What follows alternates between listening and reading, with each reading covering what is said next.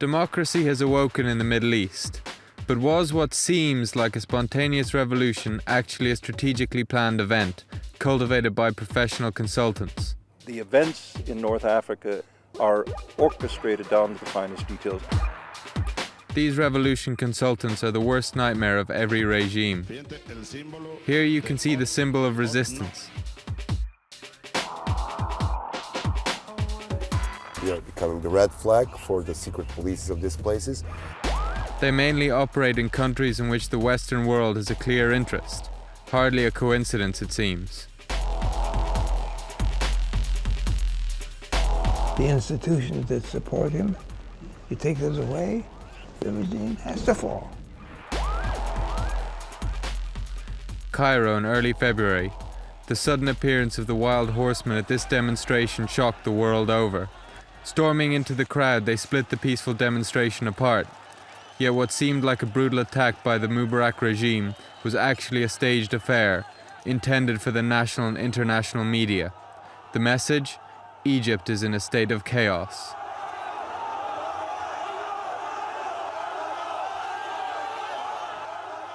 Provoked by these false attacks, demonstrators reacted with violence and the situation escalated.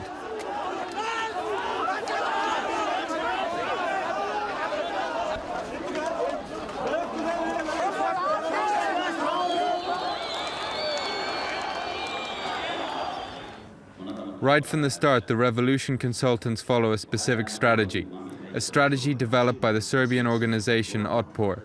This organization mobilized millions of people to bring about the downfall of Serbian leader Slobodan Milosevic. Their strategy became a blueprint, proving successful once again when used in the revolution in Egypt. And you still have 15,000. Otpor organized workshops in the outskirts of Cairo. In these workshops, we were trained in the art of peaceful resistance. We had to learn that the police are not our enemy and that we must try to get them on our side. We had to impress people with the idea of non-violent resistance.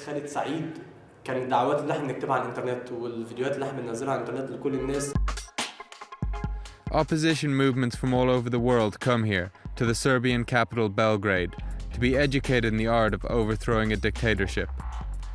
The Serbs have used their experience 12 years ago to form a revolution training school, the Center of Strategy for Non-Violent Resistance, or for short, CANVAS. Chief instructor Serdar Popovic is one of the few CANVAS members who would show his face publicly in front of the camera. It was here in his office that the Egyptian revolution was planned. The trick is that you don't push, you pull. What you're actually doing is actually persuading these people from the police force, from military force, that there will be a place for them in the new Egypt. And it isn't just Egyptians getting trained in the art of revolution here. The part of our work now is focused back to Middle East because of the few reasons. First of all, the struggle is not over. And we're already talking about 8 or 9 different countries. In some of these countries, which I, of course, wouldn't mention, we have very good groups which we are communicating with. We don't want to endanger these groups, so we wouldn't speak about this openly. In some of these countries, we are just observing situation and preparing analytics. It is very interesting what will come out of it. Ovu fleku sigurno I nepovratno skida ovu I slične mrlje. Deluje. Gotov je. It was here, outside the Belgrade parliament, that Otpor's influence began. How many countries you were working with that after this? We worked with 37 countries after the Serbian Revolution. We had a successful 5 revolutions now before Middle East. And this is Georgia, Ukraine, Lebanon, Maldives, and now Egypt and Tunisia. And the list will grow longer. And then at the end, we don't have an idea in how many countries the clenched fist of Otpor was used. It's probably a dozen countries right now. After Milosevic's downfall, Otpor became an international phenomenon. The symbol of the fist reappears all over the world as the signature of the revolution makers. It re-emerged in Kamara, Georgia, followed by Oborona in Russia, then in Venezuela and Iran, and most recently it was used by the opposition groups in Egypt. The American author and Princeton University lecturer William Engdahl has written for over 30 years about Washington's secret geopolitics. He has established a widespread information network that extends deep into America's Secret Service. He is convinced Otpor is not acting alone. The key actors in Otpor went on to create Canvas, as you mentioned, and operate in some 50 countries. They are simply following an agenda given them by people in Washington for regime change. They're using this deniability that they're simply idealistic young people from Serbia who did it successfully and are so happy about it they want to show the rest of the world. That's hardly a plausible explanation in my view. I think they're getting well financed by American intelligence services for doing this. And the target countries they target, like Egypt and most recently, and so are precisely the countries that are on the Pentagon agenda for destabilization and regime change. In New York, we are meeting again with Srda Popovic. We want to find out if the Otpor organization is actually following a secret agenda of the United States. The Otpor movement was indeed financed by American tax money during the Serbian Revolution, a fact that only became public knowledge after Milosevic's downfall. This chapter, however, is one that Otpor is keen to close.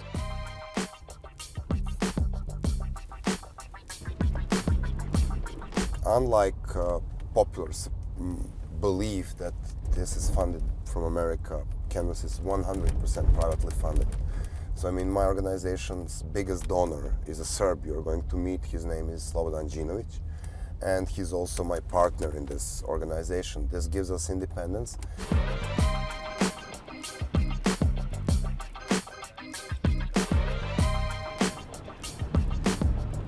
Our idea is, okay, let's use this momentum to try to build a kind of permanent institution.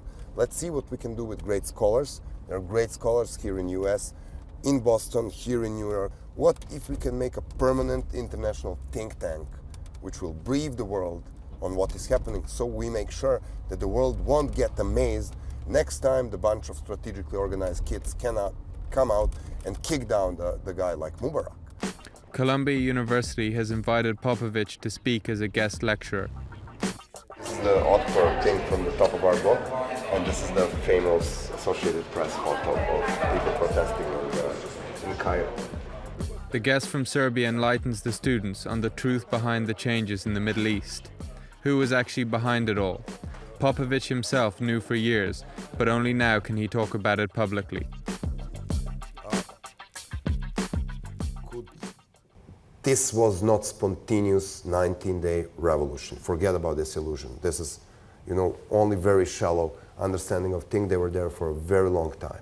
The young people of Arab world has awakened and understood that they are powerful.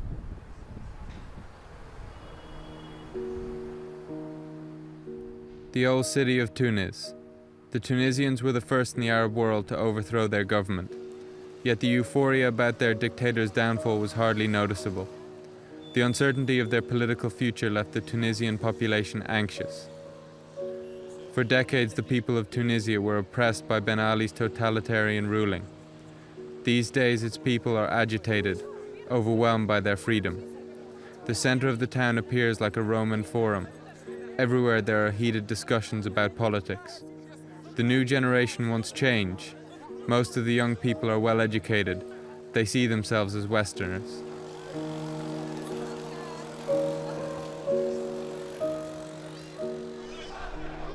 Until recently, scenes like this were thought impossible. Suddenly the fear is gone, at least during the moment of revolt. The people are standing up. Finally, the world recognizes the desperate political situation of their state. Amin Ghali has been an activist from the start. He shows us the photographs of a meeting in Morocco. This was the beginning of a long hoped-for change in Tunisian history.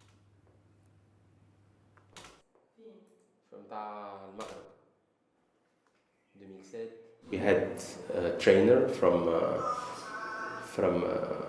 Belgrade, yes, from the city of Belgrade, who came and trained the participants on these strategies, focusing mainly on the Serbian experience.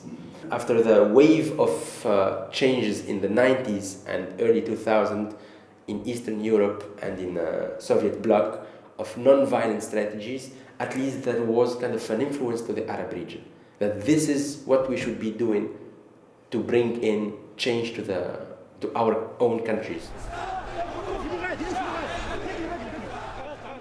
The time was ripe for a revolution test run. Discontentment with the political situation had been growing amongst the population for years. Life in the slums had become desperate.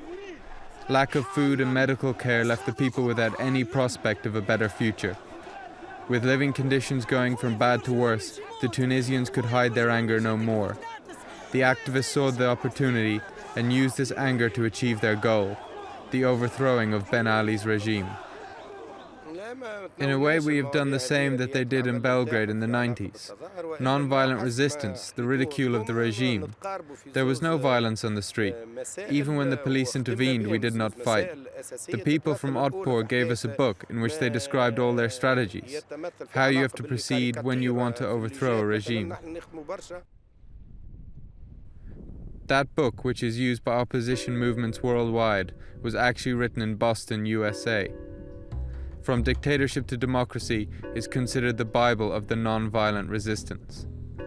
The author of this revolution guidebook lives in one of the poorer neighborhoods on the outskirts of Boston.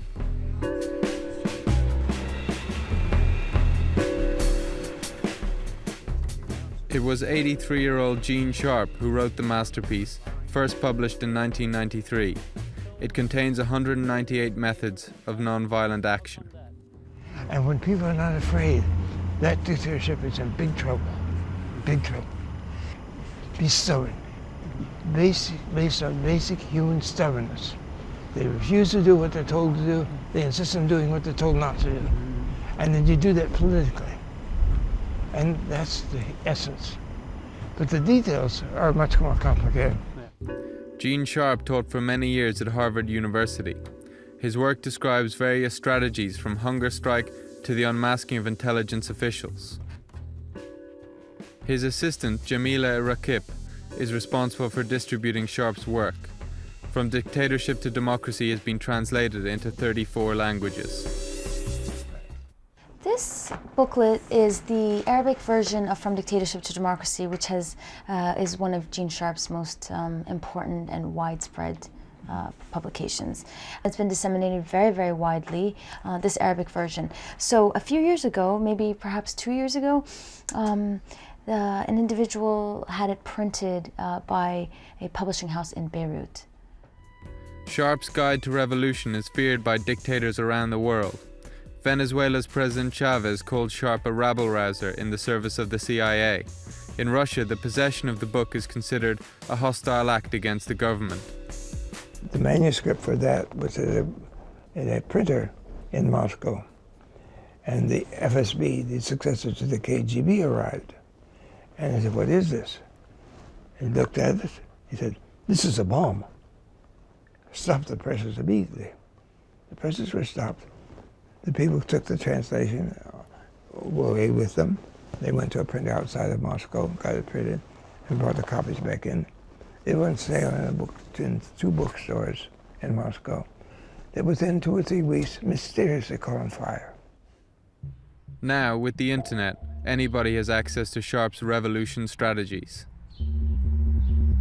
What Mr. Sharp one time called nonviolence as a method of warfare. And they are going in every place since the end of the Cold War to destabilize regimes which offer resistance to this larger agenda, the globalization agenda as Washington defines it. So are all of these revolutions actually initiated by the Americans? We can look back at what happened during the Orange Revolution in the Ukraine for evidence. The events that took place in Kiev in 2005 appear to endorse this assumption. Traditionally, Ukraine was part of Russia, but by the end of 2004, the tide had turned. The United States pumped millions of dollars into the opposition movements in favor of regime change. we are meeting with the two former leaders of the Ukraine Revolution. Just by being a member of the opposition movement Pora, they received significant sums of money, together with training in civil disobedience. Finally, they were given the book. Oh yes, the book by Gene Sharp. We all used it, and it connected us with everybody, with Otpor in Serbia, the opposition movement in Belarus, and Kamara in Georgia. It was in November 2004 when hundreds of thousands of people flooded Independence Square in Kiev and demanded Viktor Yushchenko for their president. At the end of the revolution, the crowd got what they demanded. Yushchenko became president due to the massive support he received from the Western world. We had a number of great examples of dramatizing as well as having fun on the streets. The revolution is a celebration. This is the spirit of Gene Sharp. Every movement becomes a brand with its own symbolism. Oranges in Ukraine, the Rose Revolution in Georgia, the Tulip Revolution in Kyrgyzstan, the Denim Revolution in Belarus. All different symbols, but with the same concept and the same sponsor, the United States of America. In my case, in 2004, I was heading a water education campaign with a budget of $1 million. $1 million? Yes. Yes. But not because American taxpayers wanted to protest Yanukovych, but because Yanukovych tried to steal the vote. The United States and the European Union and others, they are serious about democracy. After the revolution in Ukraine, Dmytro Potechin made a career from being a former activist. He now works as a revolution trainer. From his flat, he instructs the opposition movements in Iran, Russia, Belarus, and Egypt. Via Skype, he is able to stay in touch with all his clients.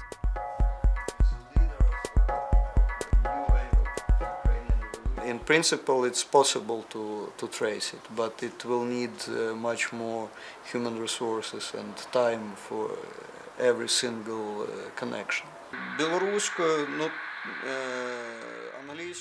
An activist from the opposition movement in Belarus is online. Dmytro is planning a workshop over there, which is not without its difficulties, as he is labeled persona non grata by the Belarus government. I got feeling that actually it's like concentration of a number of conflicts which cannot be resolved without mobilization. And it looks like it can happen the way it happened in Egypt. Some smaller country like Belarus, for instance, or Ukraine, and then we can get Russia.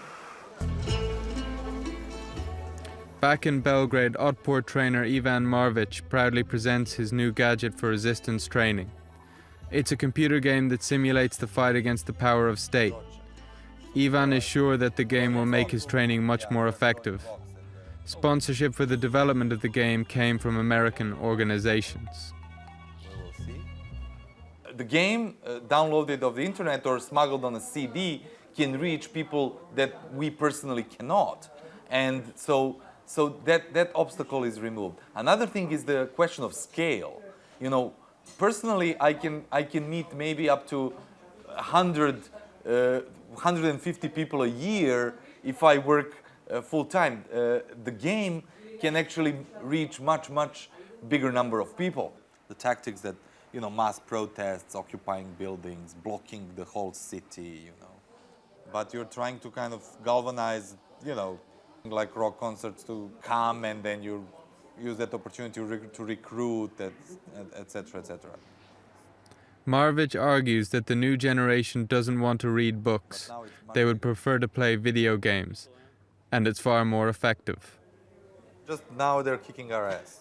I mean, really. So we're actually losing big time here. I mean, people are leaving and going, you know, joining the regime.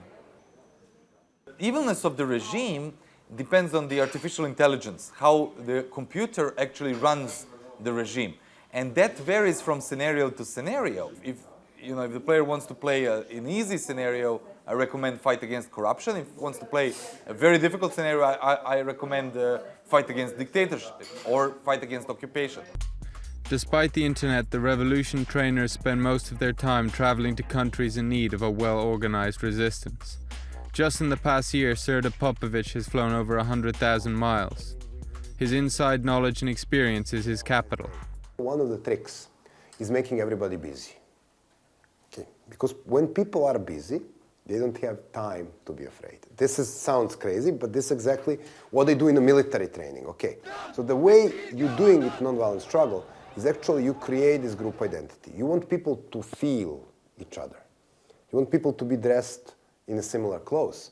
You want people to sing because songs make them work together. You want to have drums there who will give the rhythm to your march. You want whistles, you want music, you want fun. This is a very important part. And now it looks like a big, how do you call it, love parade. The Egyptians followed Serdar's rules exactly and succeeded.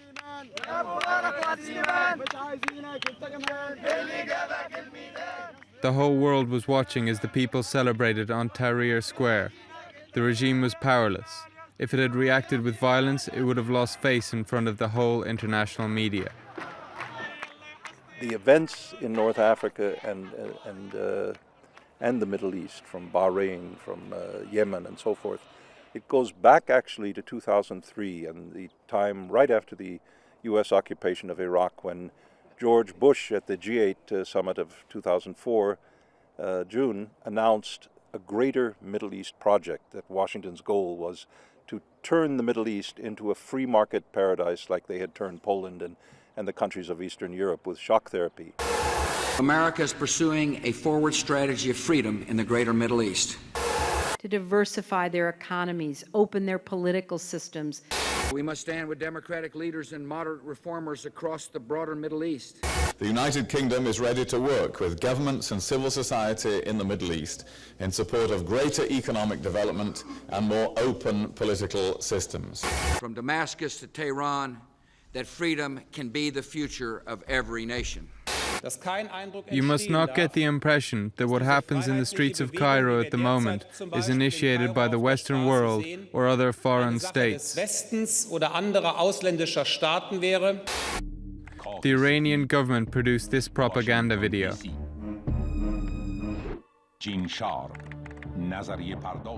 This video is apparently unmasking a US conspiracy group.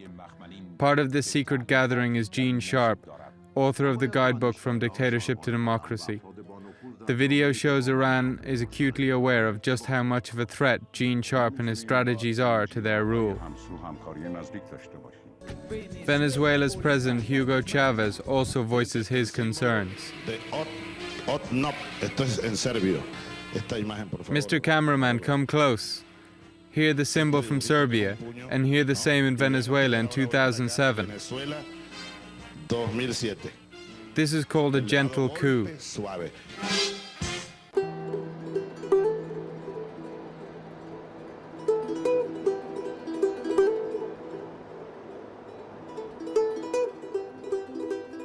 Cairo after the revolution. The city seems quiet despite recent sectarian violence. Remarkably few police or military forces are present. But everyday life is hard for the Egyptians. The constant fear of a counter-revolution is always at the forefront of their minds. Anyone and everyone is a suspect, a potential counter-revolutionary who wants to bring back the old regime. The old city is as vibrant as ever, only the tourists are missing. The people's thoughts revolve around their immediate future, the upcoming elections. What will democracy bring for them? The established political parties, the military, or the Islamic Brotherhood? And then what will be left from the spirit of the revolution, the hopes and dreams of the people of Egypt?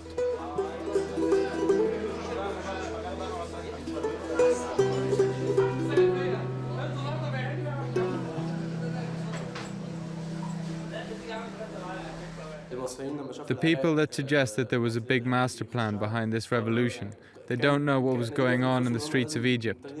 We have witnessed what our country had become. We wanted the changes, and we wanted them to come from us. We want to be the creators of our own destinies, to fight for our rights. I cannot believe that the Americans can influence millions of people.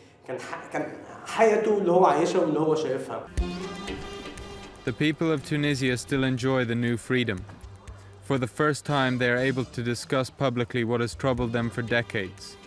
Their former leaders' lies, the corruption, the unfair distribution of wealth.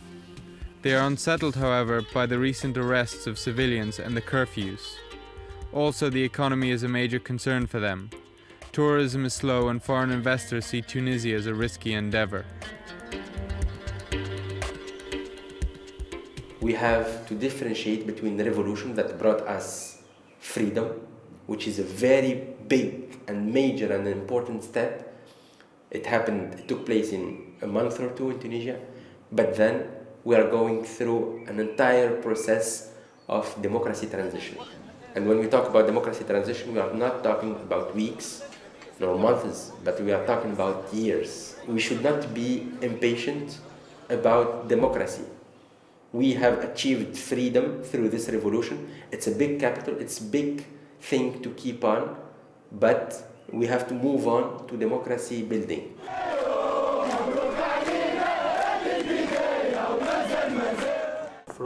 We are scared, especially looking at the example of Romania. There was a revolt against their regime, but then the old potentates came back into power. We feared that it could happen here. There have been talks about a counter-revolution. Everybody from the old regime involved in criminal activities must be brought to justice. The revolutionary road to democracy is one filled with many obstacles. Once the overthrowing of a government is accomplished, the hard work really starts. Civil liberties must be established and defended. For the revolution consultants, this has become a very lucrative business.